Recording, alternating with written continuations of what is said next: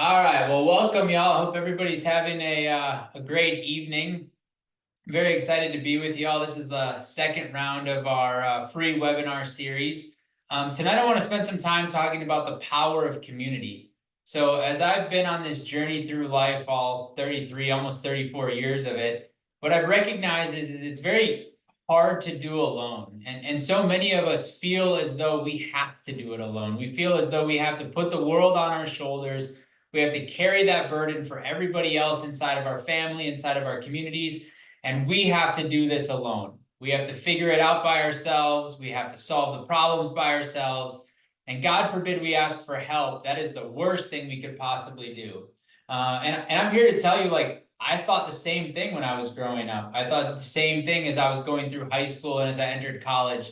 But what I've learned through experiences in life is that there's incredible people in this world that you can look up to, you can aspire to be like, you can connect with, and ultimately who you can learn from. And the power of your community is ultimately what I have found will shape you more than anything else inside of your life.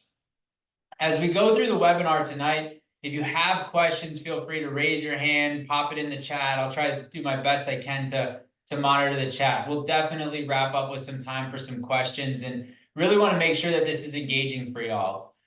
If you do not yet have a pen and paper, you're going to need a pen and paper. There's going to be some work to do. I know you all probably thought you could show up with that full glass of wine and put your feet back and just chill. But I'm going to ask you all to lean in and do a little bit of work. At the GoBundance community, I talk all the time about living an abundant life being a full contact sport. And by that, I mean, you have to participate in order to win. You must be present and participating in order to win. So there's going to be some work today. There's going to be some tough questions. There's going to be a little bit of a worksheet, but I promise you there's a rhyme to the reason. I promise you there's a reason to the madness, and you will get better from it.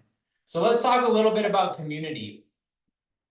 So one of the things that I've recognized inside of my life is that if you show me your tribe, you show me the people you spend the most time with, I will be able to show you your future.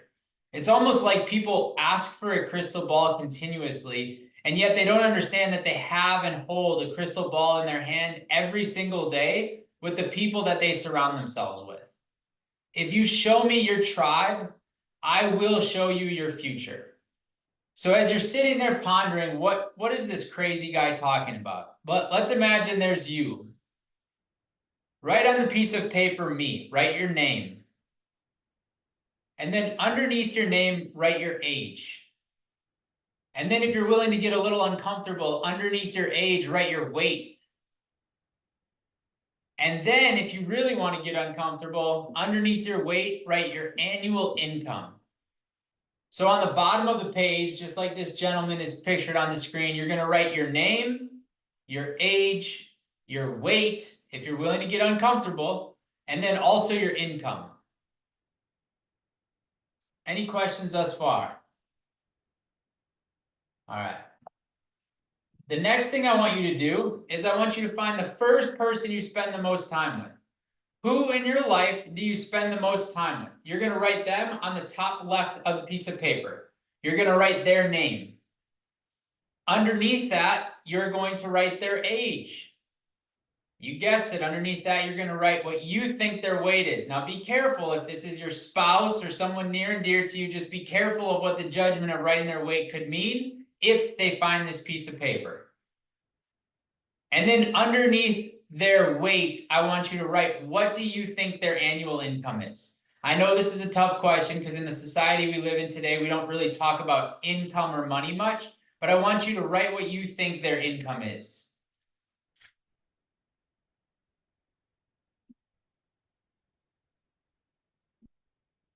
Now I want you to write to the right of that another person's name. So think about this as the second person you spend the most time with. So maybe the first one is your spouse. Maybe the second one is your boss or your employer or your best friend. Maybe it's somebody at your church. Maybe it's somebody at work. Write their name down. Write their age. Write their weight. And then write their income.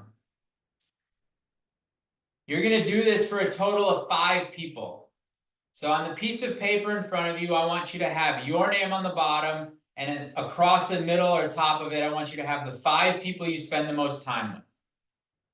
Underneath each of those people, you should have their age, you should have their weight, and you should have their income. Now I want you to sit and just reflect on this for a moment. Look at those 5 names across that piece of paper. And then look back down at your name. Look back down at your age. Look back down at your weight. Look back down at your income. Now, I've done this so many times in big groups of people, and it's amazing to be present with people when they do this exercise, because the amount of people whose jaws begin to drop at about this time in the exercise is unfathomable. The amount of people that start to recognize, like, oh my goodness, I am the sum of the 5 people I spend the most time with. If I take those 5 people's ages, add them up, divide it by 5, and I look at my age, wow, it's within a year. If I take their guesstimated weights, add them up, divide it by 5, holy cow, it's within 5% of my weight. Now take their incomes, add them up, divide them by 5, look at that average income of those 5 people, and then look down at your income. I was so fortunate at 23 years old to be in the room with David Osborne. Pat Hyben, I was working for at the time, said, you're going to go learn from this guy named David Osborne. And so, Pat essentially had to grab me by the ear and drag me to this class because I had just dropped out of college. And he said, just trust me, you're going to learn from this guy named David Osborne. And at 23 years old, it was the first time I had to do this exercise. It was really uncomfortable. I believe at the time I was making about $30,000 a year. Could be a little bit high. Might have been a little less than that, candidly.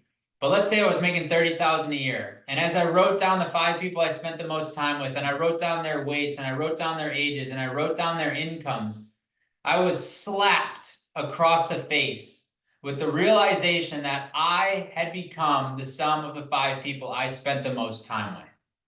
And as the class went on that day, and hopefully as this webinar goes on tonight, what I recognized was I had the power to choose. I had the power to choose who I spend the most time with. I had the power to choose who I surrounded myself with. And ultimately, I had the power to change my destiny based on the community or the tribe of people that I surrounded myself with. You see, eagles soar with eagles. They don't fly with pigeons. I was watching Hard Knocks this year, and Robert Saleh, the Jets coach, was talking about eagles. Now, there's only one bird that will attack an eagle. One bird, and that's a crow. And the way that the crow will attack an eagle is it will latch onto its back and try to drag the eagle down.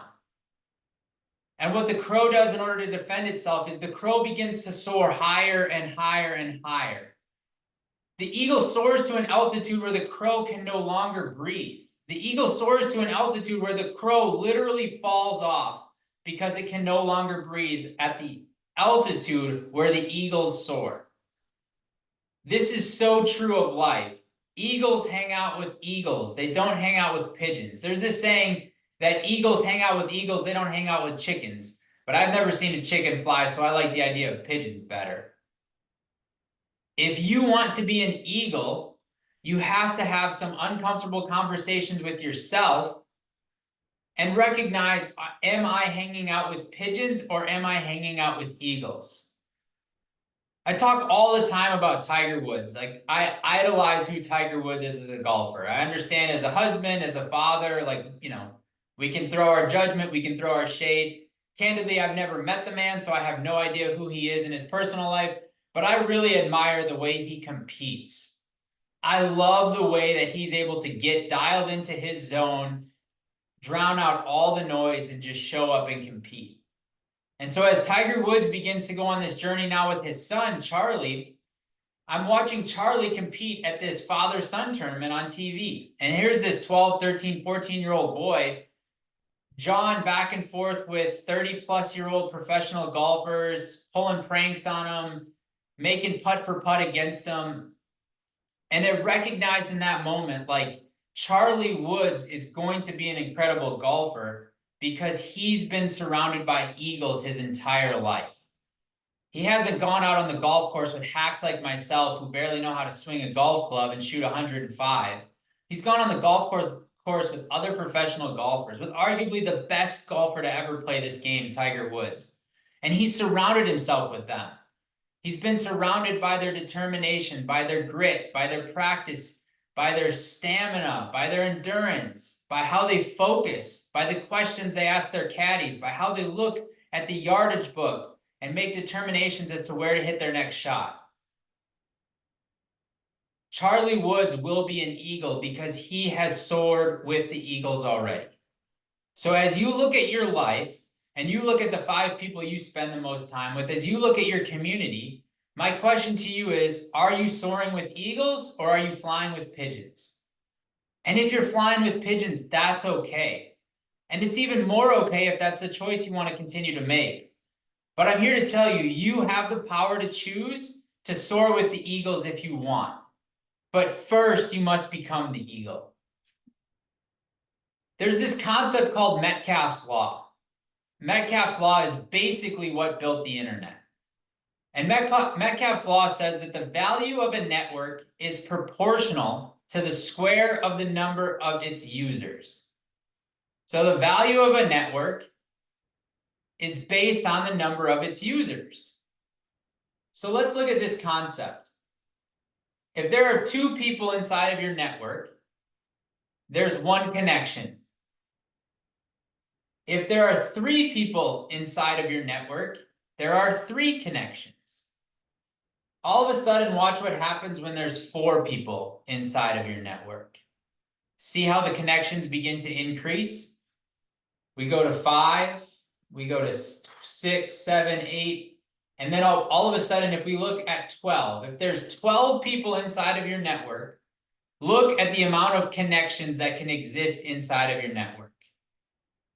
Based off of Metcalfe's Law, if you surround yourself with 12 incredible people, do you think your life will be better than it is today? Do you think you will have more ability to navigate challenges? Do you think you will have more ability to tap your network to solve problems, take advantage of deals, talk through some of the consequences of decisions you're making, hold you accountable to live the life you want to live? Metcalfe's Law proves to us that the value of the people inside of your network and also the number of those people is ultimately what's going to determine the strength of your network. For those of you who are more of linear thinkers like myself, this is what happens in terms of the number of nodes or the number of people in your network. You'll see the number of connections going up and the number of people on the bottom here. So the x-axis says, okay, we have 12 people inside of our network. If you had 12 people inside of your network, that creates 66 different connections. Powerful? I think so. That's the kind of network I want to surround myself with. That's the kind of people I want to surround myself with. Now, if we take it one step further and say that the caliber of those 12 people is 2x your caliber as it exists today, do you think over the course of 12 months you will become like those 12 people, or you will remain half of what they are, whatever your determination is of their value? There is power in the network. There is power in community. There is power in your tribe. You have to recognize that by building your network, you are building your net worth. Let's talk about the spillover effect. So I was doing some research and I stumbled on this article that talked about proximity to talent. And what it said was that if you in the workplace are within 35 feet of a high performer and you don't change at all, your output at work will increase by 10%, literally just by being around a high performer. Now, the same is true of if you are within 35 feet of a subpar performer, or let's call them mediocre, your work product will decrease by over 10%. So think about the people you're surrounding yourself. Think about that spillover effect. Think about how people are pouring into you, how you're accepting their perspectives, how you're accepting their decisions, how you're accepting their choices for life. And what is that doing for you? Are you surrounding yourself with those hard-charging, incredible people? And if so, sit within 35 feet of them because your work product will increase. Alternatively, are you surrounding yourself with the negative Nancy who has nothing to do but complain every day at the water cooler? And if the answer is yes, I want you to do a hard self-audit and ask yourself, am I too a negative Nancy, spending all day at the water cooler? Statistics, probability will tell us you are. So just pay attention to the people you surround yourself with. I want to talk about this exercise that we do in GoBundance. So I'm very fortunate to be surrounded by some incredible people, not only in the GoBundance community, but also in just my day-to-day work. I've spent a ton of time learning from this guy named David Osborne, who's incredibly gifted when it comes to entrepreneurship. I spent a ton of time listening to Gary Keller in small private meetings and small private rooms. And what both of them talk about is they talk about thinking of their world as an empire. So I want you to sit there for a second and I want you to ponder that your world, your family is now an empire. So for me, I would sit there and imagine, wow, it's not just Matt King, Melissa King, Rylan King, Bodie King. Like, this is the King Empire. And ponder how that feels to be in charge of building an empire. And what I want you to do is I want you to draw this on your piece of paper. We'll post it in the chat. We'll send it afterwards. But just for now, draw this basic grid on the piece of paper in front of you. This is where we're going to do a little work. This is where things might get a little uncomfortable. So you're going to write those 5 people you spend the most time with right here. Mom, dad, sister, brother, spouse, boss, employer friend, employee friend, neighbor, gossip girls, Bible study. Who are the 5 people you spend the most time with? And write their names. And then across here, I'm going to ask you to do something that probably few people have asked you to do before. I'm going to ask you to write your 5 core values across the top. So right here, you're going to write your 5 core values. Is it authenticity? Is it autonomy? Is it the ability to get shit done? Is it adventure? Is it kindness, compassion? The good news is if you haven't come up with 5 core values, you don't have to be locked to or married to the 5 that you write on this piece of paper, but rather write down the 5 that come to you quickest, and then use the Google machine and go look up a list of core values. You'll find lists of 300, 400, 500 core values, and you can read through that list and find out what resonates with you. And if you're as lazy as I am, you can use things like ChatGPT that says, write a core value around bravery. I don't like it, tweak it. Remove this word, add this word. Talk about this, subtract that. So you can develop these core values over time. And then what I want you to do is we're going to start to rank our 5 people. Now, I know you're sitting there going, wow, Matt, you're going to ask us to rank people? How judgmental of you. Yeah, I'm going to ask you to rank people as to, are they helping you expand your empire? Are they helping you become the best version of yourself that you possibly could? Or rather, are they making you a lesser version of yourself? And what you're going to do is you're going to rank them on a scale of -1 to 1. -1 means they are absolutely failing at upholding that core value. Let's say your core value is adventure. And maybe one of the people on your 5 is a hoarder that won't leave the house. Is that somebody that's eager to take on adventure? No, probably not. So they might get a -1 under adventure. Maybe that core value is kindness. And that same person is the kindest person you've ever met. They just want to help everybody they possibly can, albeit from within the house that they're hoarding, but they want to help everybody they possibly can. They're always looking to give to people. Great, now they'd get a 1. Like, awesome, they're really embodying that core value. And if they're just kind of in the middle, like, they're doing okay, they're all right, not crushing it, not failing, they're going to get a 0. And you're going to do that for each of the core values for each of the people. So for me, if I was doing this, the first person I spend the most time with would be my wife, Melissa. And our core values are bravery. I mean, Melissa's very brave. She's done 29:029. She's done a marathon. She's had 2 children without what's it called? That thing that makes your legs go numb. Like, so I'm giving Melissa a 1 in bravery all day. Honesty, I don't know that Melissa could lie even if she tried. 1 again. Kindness, for those of you who know my wife, probably the kindest person I've met. She's getting another 1. Now, one of my core values is winning. When it comes to winning, Melissa doesn't really care if she wins or loses. She just wants everybody to be happy. So she's probably ranking as a 0 there. And again, that's how she's upholding my core values. So there's no shame or blame towards her. These are my core values and how she's showing up. And then maybe the last one is family. She's very family oriented. So she'd get a 1 there. And what I do is I take her score and I'd add it up. 1, 2, 3, a 0. So she remains at 3, another 1. So Melissa's Empire Expander score is a 4. Are there any questions? Are y'all tracking? Yeah, it's epidural. That's what it's called. That's what it's called. Thank you. Kim knows all about that. I messed that up. Sorry, Kim. So now you are going to take 30 seconds, 45 seconds per name and look at the people you spend the most time with and rank them on your Empire Expander score.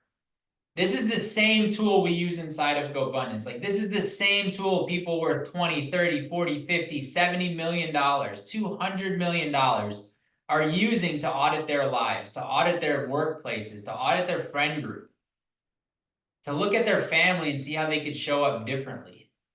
Maybe they could be a better father. Maybe they could be a better husband. This tool, this exact tool, is what we're using to have these conversations. And now you have access to it as well.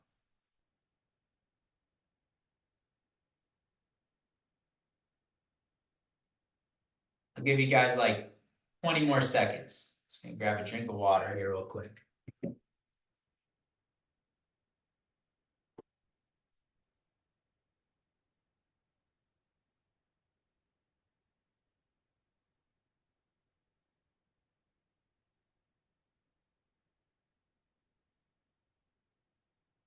All right, everybody got that? Like I said, we'll send out the worksheet after the fact. We'll send a link for where you guys can download this exact worksheet. So you guys can fill it in. If you want to continue to work on this while I'm still talking, no problem, keep working on it. But I'm telling you, if you really look at this tool, it's going to be powerful. Once you're done filling out the tool, what you're going to find is you have a core value score and you have an expander score. The core value is how your 5 people rank underneath that core value. Your expander score is how that person ranks across all of your core values. What I have found is that the core value score is a reflection of you and your ability to communicate and articulate your core values to the people you spend the most time with. The expander score, yes, that's a reflection of them and how they embody your core values. If I score a 0 or a 1 or a 2 on one of my core value scores, that's a great opportunity for me to have a conversation in the mirror with myself and say, Matt, adventure is one of your core values, but only 1 of 5 of your people are upholding that core value. Are you sure that's a core value for you? How do you define that core value? What does a win in adventure look like for you? How can you communicate that to the people you spend the most time with? How can you bring them along on the journey and show them adventure and help them create experience rather than waiting for them to sign up and say yes? So that's a reflection of me. Now, the expander score is a reflection of that person. And you'll take all of the expander scores and you'll come up with a total expansion score.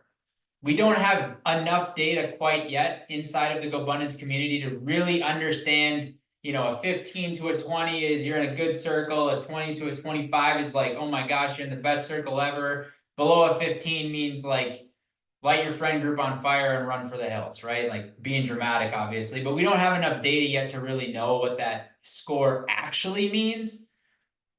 I think most important is you look at that score and see how you feel. See if that resonates with you. See if you feel like you're expanding your empire based off of that score.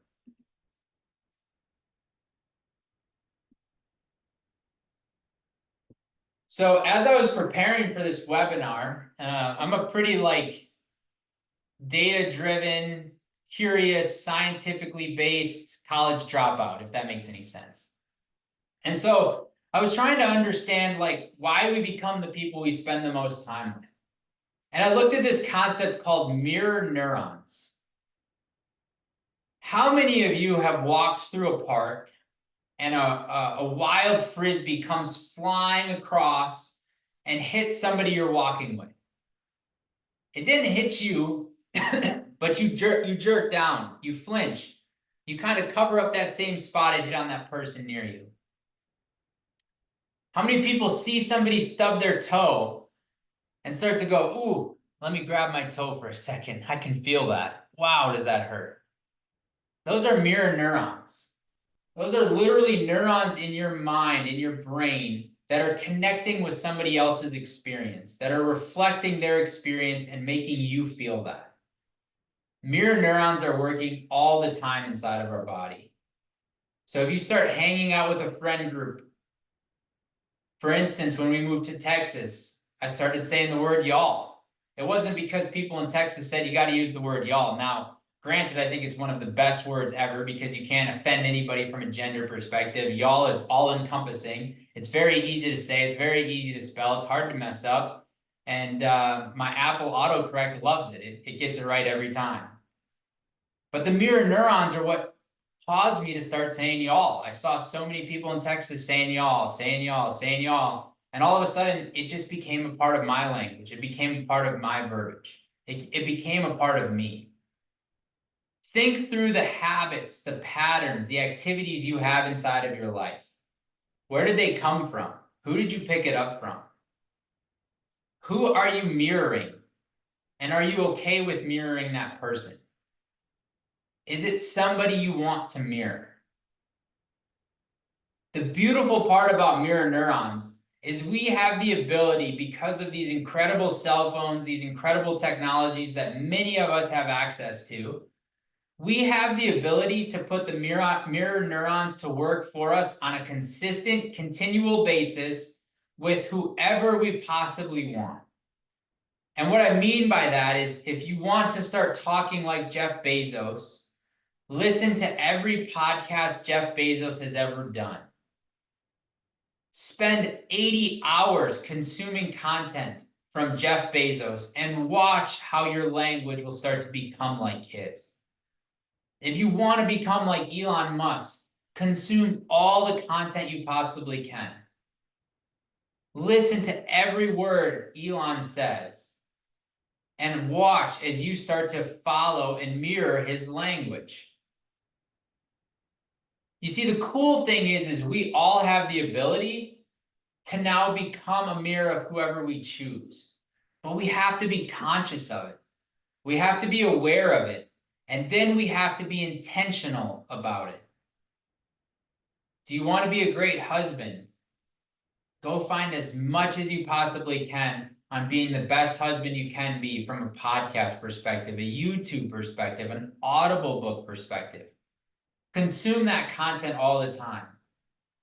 And tell me you don't show up for your spouse better. You want to be a great father? Listen to great fathers.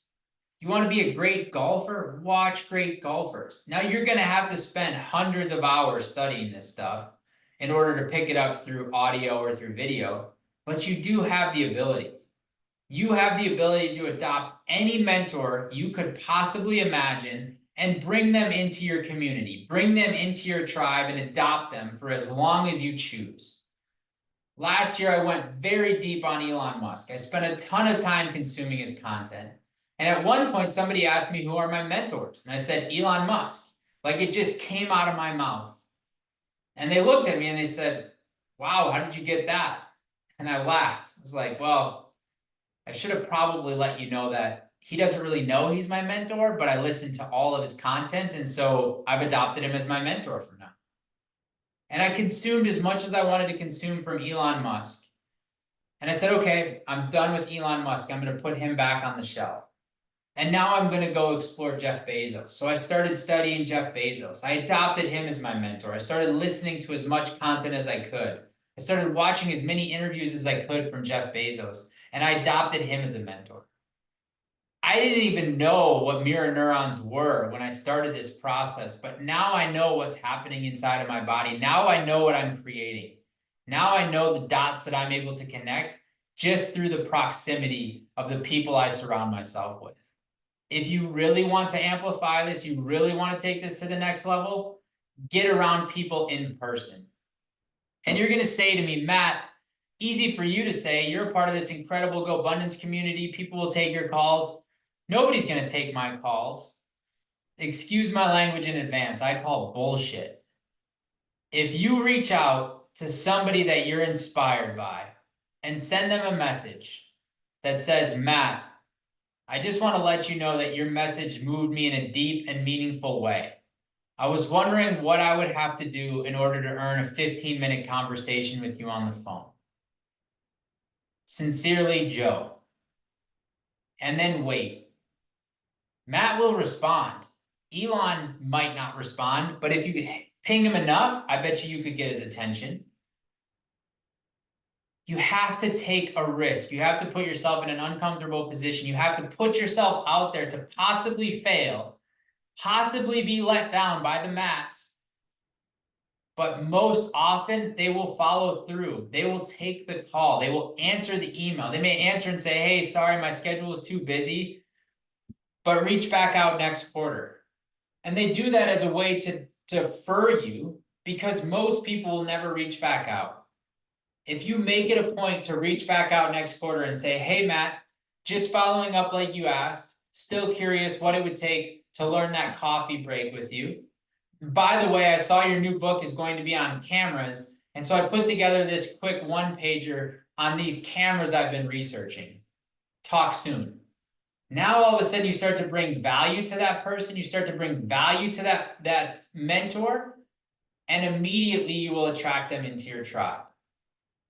They will stop in their tracks and go, wow, this kid not only followed back up, but he's also now bringing me value. And they'll take that meeting. Maybe it'll be a 5-minute call, not a 15-minute call. But if you show up, if you listen, if you bring value, you will be able to slowly work your way into that community. Because I believe, without a doubt in my mind, that service is the Trojan horse to knowledge. If you want to learn, if you want to be around incredible people, find a way to serve them.